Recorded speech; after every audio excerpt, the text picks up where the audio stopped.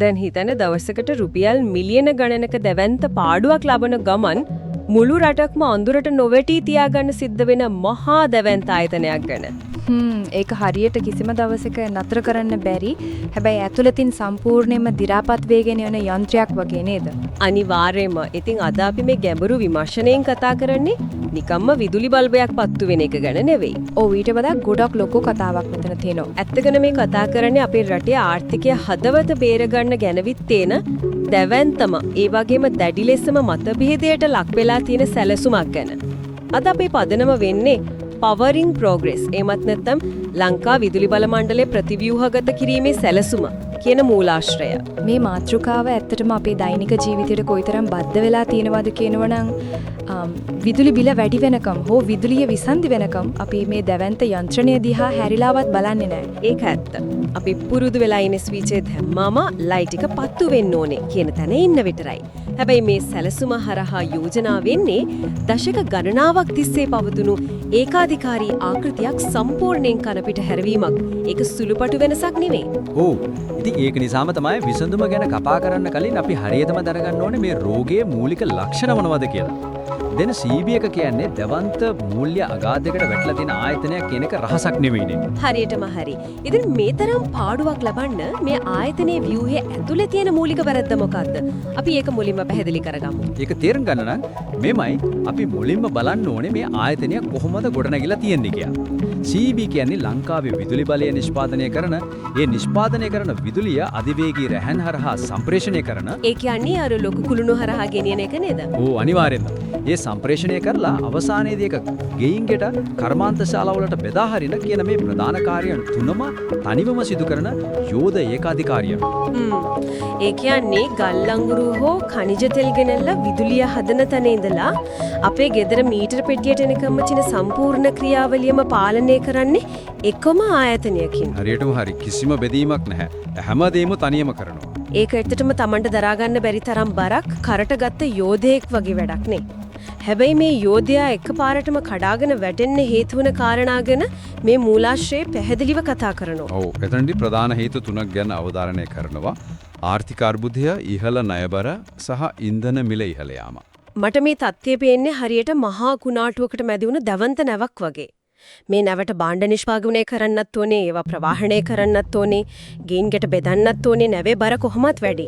ඒ මදිවට නැවේ පතුල සිදුරු වෙලා වතුරත් පිරෙනවා නේද? අන්න ඒක තමයි. ඒ සිදුර තමයි මේ වසර ගණනාවක් තිස්සේ එකතු වුණු ඉහළ ණය බර. ඊට පස්සේ කුණාටුව විදියට එන්නේ රටේ ආර්ථික අර්බුදය. සහ ගෝලීය ඉන්ධන මිල ඉහළ යාම.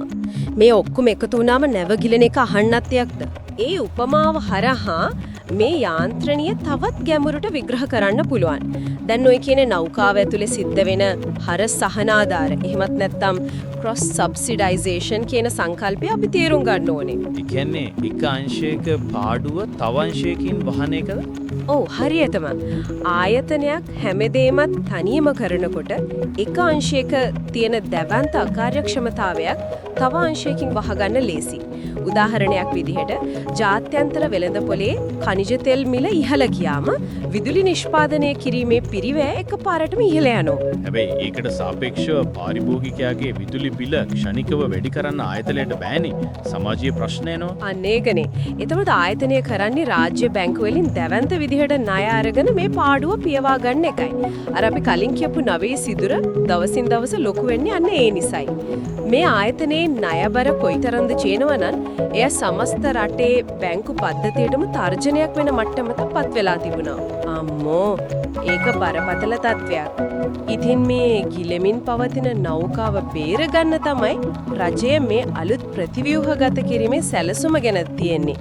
මේ යෝජනාවට අනුව නැවේ සිදුරු වහනවට වඩා සමස්ත ව්‍යුහයම වෙනස් කරලා කුඩා කාර්යක්ෂම යාත්‍රා කිහිපයක් නිර්මාණය කිරීමක් තමයි සිද්ධ වෙන්නේ. ඒ කියන්නේ CB එකේ සේවාවන් ප්‍රධාන සමාගම් තුනකට වෙන් කිරීම නේද? ඔව්. නිෂ්පාදනය සඳහා එක සමාගමක්, සම්ප්‍රේෂණය සඳහා තව සමාගමක් සහ බෙදා හැරීම සඳහා තවත් සමාගමක්. හැබැයි පොඩ්ඩක් ඉන්න. අපි මේක තර්කානුකූලව හිතලා බැලුවොත් දැවැන්ත ආයතනයක් තුනකට කැඩුවම වියදම වැඩි වෙනවා කියන ප්‍රශ්නේ දහන යන්නේ. ඔව්. අලුතින් අධ්‍යක්ෂ මණ්ඩල 3ක්, මානව සම්පත් අංශ 3ක්, වෙන වෙනම ගොඩනැගිලි මේකින් වෙන්නේ පරිපාලන වියදම 3 ගුණයක් වෙන්න එක නෙවෙයිද? කොහොමද එම කරලා සල්ලි ඉතිරි කරන්නේ? ඔය ප්‍රශ්නය තමයි ඕනෑම කෙනෙකුට බැලූ බැල්මට මතුරෙන්නේ. පරිපාලන වියදම් යම් මට්ටමකින් වැඩි වෙන්න පුළුවන් බව ඇත්ත. හැබැයි මෙතන තියෙන ප්‍රධානම වාසිය තමයි විනිවිද භාවයන් නිර්මාණය වීම. මම මේක සරල උදාහරණයකින් පැහැදිලි කරන්නම්. හරි බලමු. හිතන්න දැවන්ත ආපනශාලාවක් තියෙනවා. ඔවුන් තමන්ට අවශ්‍ය එළවලු වවන්නේ තමන්මයි, ඒවා ප්‍රවාහනය කරන්නේ තමන්මයි, කෑමෝ යන්නේ සහ බෙදන්නේ තමන්මයි කියලා. හරි. CB එක වගේම තමයි. දැන් මේ ගොවිපළ එළවලු වවන එක දැවන්ත පාඩුවක් නම් ආපනශාලාව කරන්නේ ඒ පාඩුව පියව ගන්න කෑම පිඟන්නේ මිල වැඩි කරන එකයි. පාරිභෝගිකයා දන්නේ නැහැ තමන් ගෙවන්නේ කෑමටද නැත්නම් අර ගොවිපළේ තියෙන අකාර්යක්ෂමතාවයටද කියලා. ඒ කියන්නේ මේ ආයතනය කොටස් තුනකට කැඩුවාම හරියට අර ආපනශාලාව එළවලු වවන එක නවත්තල හොඳම සහ ලාභම ගොවියාගෙන් එළවලු මිලදී අරගෙන උයන එක ගැන විතර කවදාන යොමු කරනවා වගේ වැඩක්ද? අන්න හරියටම හරි.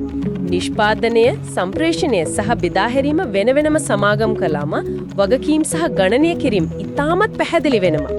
නිෂ්පාදන සමාගමට සිද්ධ වෙනම තමන්ගේ පිරිවය සහ ලාභය වෙනම පෙන්වන්න. එතකොට උන් අකාර්යක්ෂම නම් ඒක පැහැදිලිවම අහුවෙනවා. ඕ බෙදා හැරීමේ සමාගමටත් එහෙමයි. යම් විදුලි ප්‍රමාණයක් අතරමඟදී සොරකම් කරනවා නම් හෝ කාන්දු වෙනවා නම් ඒකේ පාඩුව බෙදා හැරීමේ සමාගම බාර ගන්න ඕනේ. ඒ පාඩුව නිෂ්පාදනාංශයෙන් වහගන්න බෑ. මේ විනිවිද භාවය තුලින් තමයි සැබෑ කාර්යක්ෂමතාවය මනින්න සහ වගවීමක් ඇති කරන්න පුරුදු වෙන්නේ. ඒක නම් ගොඩක් පැහැදිලි. ඒ වගේම මේ මූලාශ්‍රය ඇතුලේ විශේෂණ අවධාරණය කරන තවත් වැදගත් කාරණයක් තියෙනවා. මේ පියවර මගින් විදුලි බල ක්ෂේත්‍රයට නව ආයෝජන ගෙන්වා ගැනීම පහසු වෙනවා කියන එක. අපි ඒක ටිකක් ගැඹුරින් විශ්ලේෂණය කළොත් අනිවාර්යයෙන්ම. ඇයි ආයෝජකයෝ මේ දැවැන්ත ආයතනයකට සල්ලි දාන්න අකමැති? හැබැයි අර කොටස් වලට කැඩුණු සමාගම් වලට කැමති වෙන්නේ. එතනදී අපි ආර්ථික විද්‍යාවේ එන මූලික සංකල්ප දෙකක් තේරුම් ගන්න ඕනේ. ස්වභාවික ඒකාධිකාරීය සහ තරඟකාරී වෙළඳ පොළ කියන දෙක. ඒක ටිකක් පැහැදිලි කරමු. දැන් විදුලිය නිෂ්පාදනය කියන එක තරඟකාරී වෙළඳ පොරක්. ඕන්නම කෙනෙකුට සූර්ය බල ශක්ති පැනල් හෝ සුළං මෝල් හදලා විදුලිය නිපදවන්න පුළුවන්. හැබැයි සම්ප්‍රේෂණය එහෙම නැහැ. අපිට එකම නගරය උඩින් විදුලි රැහෙන් පද්ධති 5ක් අදින්න බෑ නේද? ඒක ඇත්ත. මුළු නගරේම වයර් ගොඩක්. අන්න ඒකයි. ඒක ස්වභාවික ඒකාධිකාරියක්. හරියට රටේ ප්‍රධාන අධිවේගී මාර්ගය වගේ. වාහන ඕන තරම් තියෙන්න පුළුවන්. හැබැයි පාර තියෙන්නේ එකයි. දැන් මට තේරෙනවා. ඒ කියන්නේ ආයෝජකයෙක් කැමති අලුතින් වාහනයක් ගැන තේ පාරේ දුවවන්නේ. ඒ කියන්නේ අලුත් බලාගාරයක් හදන්න. හැබැයි ඔහු කැමති නැහැ පාරේ තියෙන බලවල් වලට. ඒ කියන්නේ සම්ප්‍රේෂණීය සහ බෙදා හැරීමේ තියෙන ප්‍රශ්න වලට වගේ කියන්නේ. හරියටම අල්ලගත්තා. පුනර්ජනනීය බලශක්ති අංශය ආයෝජනය කරන්න කැමති විදේශීය ආයෝජකයෙක්ට අවශ්‍ය නිෂ්පාදනයට පමණක් සම්බන්ධ වෙන්න. හැබැයි CEB එක තනි ආයතනයක් විදියට තියෙනකම් ඔහු මුදල් යොදවන්නේ අර අපි කලින් කතා කරපු ණයබෙරින් පිරුණු අකාර්යක්ෂමතා තියෙන දැවන්ත සංකීර්ණ ජාලයකට. ඉතින් කවුද කැමති තමගේ සල්ලි ඒ වගේ අවධානමකට දාන්න නේද? ඔව් ඒ අවදානම ගන්න ආයෝජකයෝ සූදානම් නැහැ. හැබැයි නිෂ්පාදනය පමණක් වෙනම සමාගමක් වුණාම අවදානම සීමා වෙනවා. ආයෝජකයාට පුළුවන් ඒ නිශ්චිත නිෂ්පාදන ක්‍රියාවලිය එක්ක පමණක් ගිවිසුම් ගත වෙන්න. මේක තමයි නව ආයෝජන ගෙන්වා ගැනීමේ තර්කයේ පිටුපස්ස තියෙන ප්‍රධාන පදනම. හැබැයි මෙතන තමයි කතාව ඇත්තටම උණුසුම් වෙන්නේ. මොකද රජය මේ බෙදාවෙන් කිරීම දකින්නේ කාර්යක්ෂමතාවය සහ නව ආයෝජනවල රන් දොරටුවක් විදියට වුණාට හැමෝම මේ දිහා දකින්නේ ඒ කෝණින් නෙවෙයි. මේ සලසුමට එරෙහිව විශාල විරෝධතාවයක් සහ විවිධ මතවාද ගොඩනැගිලා තියෙන නේද? අනිවාර්යයෙන්ම. විශේෂයෙන්ම කම්කරු සංගම් සහ සමහර විශේෂඥයන් මේ ගැන ප්‍රබල විරෝධයක් පළ කරනවා මූලාශ්‍රවණයට අනුව. ඔව්. ඔවුන්ගේ ප්‍රධානතම කනස්සල්ල වෙන්නේ මේ ප්‍රතිව්‍යුහගත කිරීම කියන්නේ ලස්සන වචනයක් වුණාට මේකේ අවසාන අරමුණ මේ රාජ සම්පත පුද්ගලික අංශයට විකුණා දැමීමක්. එම නැත්තම් පෞද්ගලීකරණයක් කියන එකයි. ඇත්තටම අපි මේ විරෝධතාවයේ ඊටාම මධ්‍යස්තව සහ ගැඹුරින් විශ්ලේෂණය කළ යුතුයි. මේ කම්කරු සංගම් නිකම්ම විරුද්ධ වෙනව නෙවෙයි. ඒ බියපිටු පස්ස ප්‍රබල තර්කයක් තියෙනවා. ඒ කියන්නේ ඔවුන් දකින අවදානම මොකක්ද? ආයතනයේ කොටස් 3කට කැඩුවාට පස්සේ ඒකේ ලාභ ලබන අංශ පමණක් උදාහරණයක් විදිහට නිෂ්පාදන අංශය පුද්ගලික ආයෝජකයන්ට විකුණන්න ඉතාමත් පහසු වෙනවා. ඔවුන්ගේ තර්කය වෙන්නේ ජනතාවගේ බදු මුදලින් දශක ගණනාවක් තිස්සේ ගොඩනැගුණු රටේම හදවත වගේ ක්‍රියාත්මක වෙන මේ දැවැන්ත යටිලා පහසුකම් ජාලය පුද්ගලික අංශයකට නතු වුණොත් ජාතික සම්පතක් අහිමි වෙනවා කියන එකයි. ඒ වගේම මට හිතනවා මෙතෙන්දී සමාජීය සාධකයක් තියනවා නේද කියලා. අපි හිතමුකෝ බෙදා හැරීමේ සමාගම සම්පූර්ණයෙන්ම ලාභය මත පමණක් පදනම් වෙලා වැඩ කරනවා කියලා. ඔව් එතකොට මොකද වෙන්නේ? කොළඹ වගේ ජනාකීර්ණ කර්මාන්තශාලා තියෙන ප්‍රදේශයකට විදුලිය දෙන එකකින් ඔවුන්ට ලොකු ලාභයක් ලබන්න පුළුවන්. හැබැයි අති දුෂ්කර ගම්මානයකට කිලෝමීටර් ගාණක් කණු හිටවල රැහෙන් ඇදලා විදුලිය ලබා දෙන එක ආර්ථික වශයෙන් ලාභදායී නැහෙනේ. රජයකට නම් සහනාධාර දීලා හරි එක කරන්න පුළුවන්. මොකද ඒක රජයේ වගකීමක්. අන්න ඒක තමයි. හැබැයි පුද්ගලික සමාගමක් ඒ වගකීම බාරගනීවිද? ඒකනේ. ඔවුන් ලාභ නැති තැන් අතහැරලා දායි නේද? ඒක තමයි මෙතන තියෙන බරපතලම ප්‍රශ්නය විදිහට කම්කරු සංගම් දකින්නේ. රාජ්‍ය ආයතනයක මූලික අරමුණ මහජන සුබ සාදායනය, පුද්ගලික ආයතනයක මූලික අරමුණ කොටස්කරුවන්ට ලාභය ලබා දීම, මේ දෙක නිතරම එකිනෙක කර ගැටෙනවා. ඉතින් මේක ලොකු පරස්පරයක්. ඔව් කම්කරු සංගම් පෙන්වා දෙන්නේ මේ පෞද්ගලීකරණය හරහා ග්‍රාමීය විදුලි බල සැපයීම අවදානමකට ලක් වෙන්න පුළුවන් වගේම ආයෝජකයන්ගේ ලාභය සහතික කිරීම වෙනුවෙන් පාරිභෝගිකයාගේ විදුලි බිල විශාල වශයෙන් ඉහළ යන්න පුළුවන් කියන එකයි. ඒ වගේම තමයි රැකියා සුරක්ෂිත භාවය.